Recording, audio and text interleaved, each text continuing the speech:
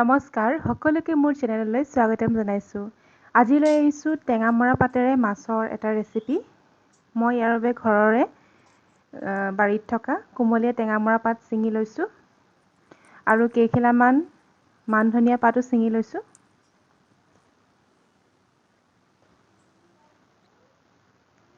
এয়া কুমলীয়া টেঙামৰা পাত, আপোনালোকে ঘৰতে এবাৰ ট্ৰাই কৰিবচোন। এতিয়া চাওঁচোন আহক মই কি লৈছোঁ। দুটা মিডিয়াম সাইজৰ আলু দীঘলীয়া দীঘলীয়াকৈ কাটি লৈছোঁ অলপ ডাঙৰকৈ। এটা মিডিয়াম সাইজৰ পিঁয়াজ কাটি লৈছোঁ, 3টা কেঁচা জলকীয়া, আদা নহৰু অলপমান খুন্দি লৈছোঁ আৰু টেঙামৰা পাতখিনি লৈছোঁ। আৰু মাছ 3 পিচ মই নিমখ আৰু হালধি ঘঁহি থৈছোঁ। এতিয়া মই কেৰাহীত দিছোঁ মিঠাতেল আৰু তেল গৰম হোৱাত মই ইয়াত মাছকেইডোখৰ প্ৰথমতে ফ্ৰাই কৰি ল'ম।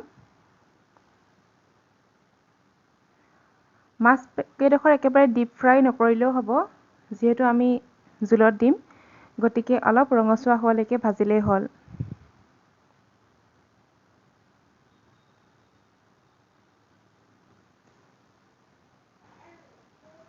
আমাৰ এই মাছকেইডোখৰ প্ৰায় হৈ গৈছে, দেখিছে নহয় কালাৰটো আহি গৈছে। এতিয়া আমি এইকেইডোখৰ নমাই থ'ম। আৰু তেল মই দিয়া নাই, যিখিনি তেল আছে তাতে মই প্ৰথমতে দিছোঁ গোটা জিৰা কেইটামান। গোটা জিৰাখিনি ফুটি যোৱাত মই দিছোঁ কাটি থোৱা পিঁয়াজটো। এতিয়া এইখিনি ৰঙচুৱা হোৱালৈকে অলপমান ভাজি ল'ম।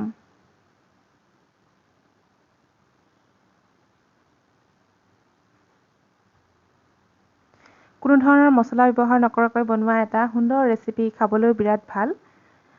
আপোনালোকে ট্ৰাই কৰি চাব ঘৰত। ইয়াত মই দিছোঁ এতিয়া হালধি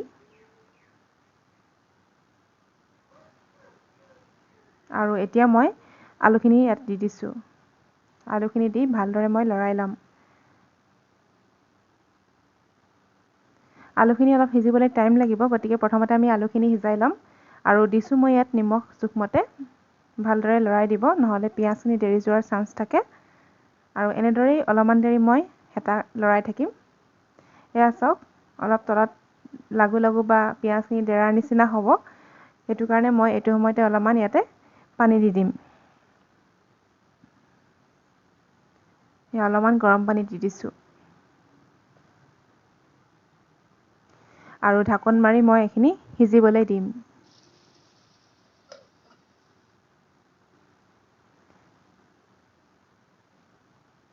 এয়া পানীখিনি কমি আহিছে। এনেদৰেই মই আৰু অলপ সময় দেৰি সিজাই ল'ম।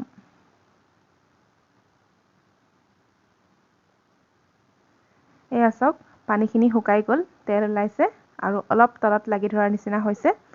আলুখিনি প্ৰায় 70% মান সিজিয়ে গ'ল।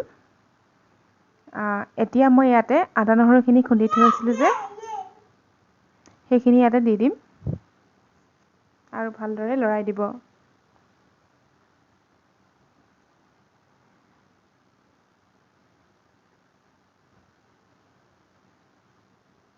তলত অলপ লাগি ধৰিছে, মই এইখিনি এৰাই দিছোঁ।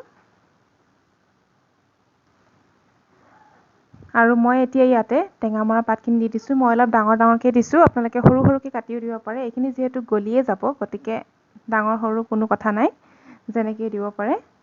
এতিয়া এইখিনি অলপমান লেৰেলি যোৱালৈকে মই ভাজি ল'ম। এয়া চাওক, পাতখিনি লেৰেলিয়ে গৈছে। আৰু এতিয়া মই ইয়াতে গৰম পানী দি দিছোঁ। আলুখিনি যিহেতু সিজি আছে, গতিকে বেছি সিজাবও নালাগে।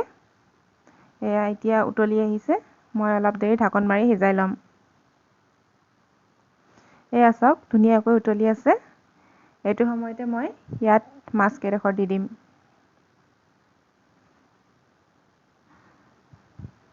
মাছকেইডোখৰ দিয়াৰ পাছত মই আদা নহৰু যিখিনি অলপ থৈ দিছিলোঁ, সেইখিনি ইয়াতে দি দিছোঁ আৰু অলপমান পানী দি দিছোঁ। আৰু এতিয়া মই এইখিনি ঢাকন দি অলপ সময় উতলিবলৈ দিম। গোটেইখিনি বস্তু সিজিয়ে আছে, অলপ মাছৰ ৰসটো ওলালেই হ'ব। আৰু এয়া চাওক, আমাৰ জোলখিনি প্ৰায় ৰেডিয়ে হৈ গ'ল। আৰু এতিয়া নমোৱাৰ আগে আগে মই দিছোঁ কেঁচা জলকীয়া 3টা, যিকেইটা মই মাজতে ফালি থৈছিলোঁ, আৰু দিছোঁ মান ধনিয়াৰ পাত। নমোৱাৰ আগে আগে দিলে টেষ্টটো বহুত ধুনীয়া আহে। আৰু এতিয়া মই 1 মিনিট সময়ৰ কাৰণে পুনৰ ঢাকনখন লগাই দিছোঁ। এয়া চাওক, ধুনীয়াকৈ উতলি আছে। আৰু এইখিনি চাওক, মই নমোৱাৰ আগতে এবাৰ দেখাই লৈছোঁ। খাবলৈ বিৰাটেই টেষ্টি হয়, এটা ভাল ৰেচিপি হয়। তেনেই সাধাৰণভাৱে খুব কম সময়তে বনাব পৰা। আলুখিনি আপোনালোকে বইল কৰি যদি দিয়ে অতি সোনকালে হ'ব। আৰু আপোনালোকে এবাৰ ট্ৰাই কৰি চাবচোন ঘৰত। এয়া মই দেখাইছোঁ নহয়, বিৰাটেই টেষ্টি হয়। ধন্যবাদ।